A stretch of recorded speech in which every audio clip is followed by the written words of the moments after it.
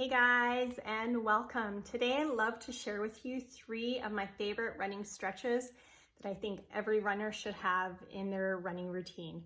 Doesn't matter if you're a beginner or an advanced runner, I think you will benefit from these stretches. And one of the number 1 questions I get from a lot of runners is, when should I stretch? At the beginning of my run or at the end of my run? And after years of experience working with different runners, I would recommend doing both. At the beginning of your run to allow the body to get ready for the activity, and at the end of the run to help the body recover. So in saying all of that, let's get right into the stretches. So I have 3 stretches, and the first one will be really focusing on the calves, the hamstrings, and the lower back. And depending where you are the tightest, you might feel it in different areas or all of these areas.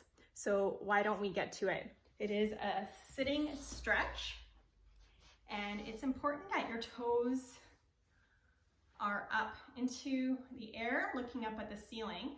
You want your legs to be about hip width apart, and you want to tuck in your abdominal, and you want to be sitting up nice and tall. So the minute that you don't put your toes up towards the ceiling, you just let them flop. And the minute that you don't engage your abdominal and then you just allow your torso to kind of just sag, it becomes a very different stretch. I actually, when I do the stretch this way, I don't really feel a stretch anywhere. So it's important to follow these little tips and instructions to help to get most out of that stretch in any stretch, not just this one. So why don't we go ahead, put our toes up towards the ceiling, bringing the abdominal, sitting up nice and tall, and then I'm just gonna move my torso forward ever so slightly. So I'm about 45-degree angle of my torso, and that's enough that I need to feel in my calves. And like I said, depending on where you are the tightest, you might feel it in the calves, you might feel it in the hamstring, in the glute, or even the lower back. So breathing into it and holding it for a good 30 seconds, all you want to feel is a nice gentle stretch. Now, to take this stretch to a slightly new level, you might want to just stay here, but if you feel like you need a little bit more, you want to come forward, almost wanting to touch the toes, and then also maybe just turning your torso just ever so slightly. And if you're feeling like there is a bit of a stretch towards the lateral, the side of the torso, or even into the lower back, and just breathing into it. And then every time you change the stretch a little bit to explore where those tension areas might be, wherever you feel the tension, just really taking your time there, breathing into it, and holding for a good 30 seconds. Okay, so that's stretch number 1. The next stretch will focus on the hip flexors and the quads. Now, these muscles work really, really hard when we're running, and it's very important to get in there. So a lot of people call this stretch the runner's lunge. Basically, we'll just go through it and help to isolate and get most out of that stretch, because a lot of people perform this stretch and basically don't get the most out of this stretch. So I'll just give you a few tips when it comes to it. So I'm going to stretch out my right. So what I'm going to do is I'm going to walk forward with my left leg, and I'm going to make sure that my knee is not over my toes. My left knee is not over my left toes. And my leg, my back leg, is flat on the ground. And now to help isolate the stretch. It's important that your hips are level to the wall in front of you. If you were to basically allow the hips to move and not be square to the wall in front of you, you will definitely not be able to isolate the hip flexor into the stretch. Now, I don't feel too much of a stretch here, but to help isolate it even further, I'm going to bring in my abdominal. So I'm tucking in my navel when I'm bringing in my abdominal, and I'm standing up nice and tall.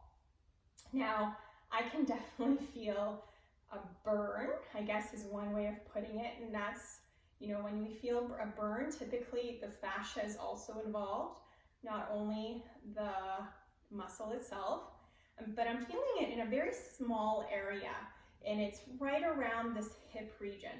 It's not a huge stretch, and basically that's okay. It's not a huge stretch, it's a small stretch, but it's a very important stretch. So next, what I'm going to do, if you want to take it to the next level, we want to just bring your hands up. And what that does, again, it helps to stretch out the lateral areas of the torso, helps to stretch out the lats, which we're using lots when we're running with our hands moving. So it just helps to incorporate more muscles that we're using, stretching out more muscles that we're using during a run. So we'll do the same thing on the other side. So I'm going to step back and I'm going to stretch out my left hip flexor as well as my quad. So I'm going to walk forward with my right, and again making sure that my right knee does not go over my right toes. I'm going to tuck in my abdominal, and I can definitely feel the hip flexor there. And I'm just going to breathe into it, and just to bring it to the next level to enhance that stretch, I'm just going to bring my arms up and breathing into it, feeling nice, gentle stretches. We don't want anything to hurt. We definitely don't want to hold our breath. We want to take nice deep breaths throughout all of this and really focusing on the breath, nice slow breath. And once you have the 30-second mark, you can come out, and then we'll get into the third stretch.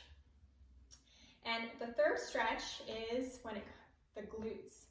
And a lot of people, especially trail runners, when we run over time, a lot of runners will tend to run with their feet flared out a bit. And what happens is not only does the IT band get tight, the TFL gets tight here, but also our piriformis, which is a glute muscle into the glutes. So I'd like to show you how to stretch that out. So when we're running, we want to make sure that our feet, our toes are pointing right in front of us rather than on the sides. So why don't we go ahead and get into that stretch? I'll show you how to do a sitting stretch for this stretch. So I'm sitting up nice and tall. I'm tucking in my abdominal to help isolate the stretch.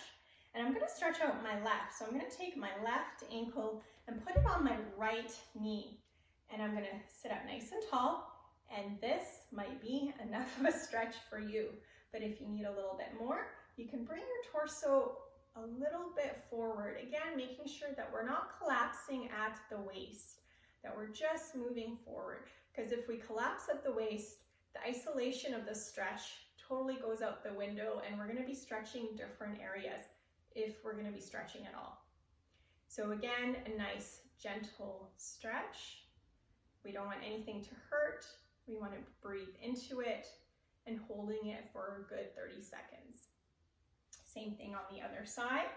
I'm going to be stretching out my right. So I'm going to take my right ankle to my left knee, sitting up nice and tall, tucking in my abdominal and coming forward. And most people will feel it into their glute. If you're very, very tight, you might even over the 30 seconds feel like there is a sensation going into your hamstring, which is the back of the top of your leg, and maybe even into the calf. If you're feeling those sensations, it's important that you back off on the stretch a little bit and just feel a gentle stretch, and remember to breathe. And hold it for a good 30 seconds until it releases a little bit. Excellent. So those are my 3 most favorite stretches that I think every runner should be performing regularly before and after their run. And I'm gonna give you a bonus as well. And this bonus is to basically warm up your ankle before your run and after your run. And how do we warm up the ankle?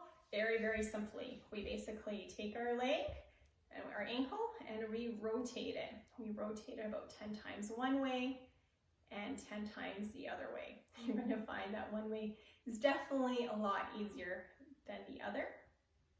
And then we're gonna do that on both sides, on both feet, on both ankles.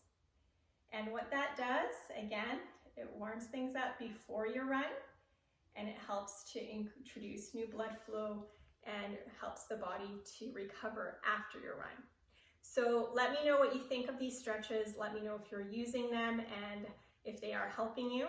If you think somebody else will benefit from this video, please share it and give it a thumbs up if you like it. I'll talk to you guys soon. Bye.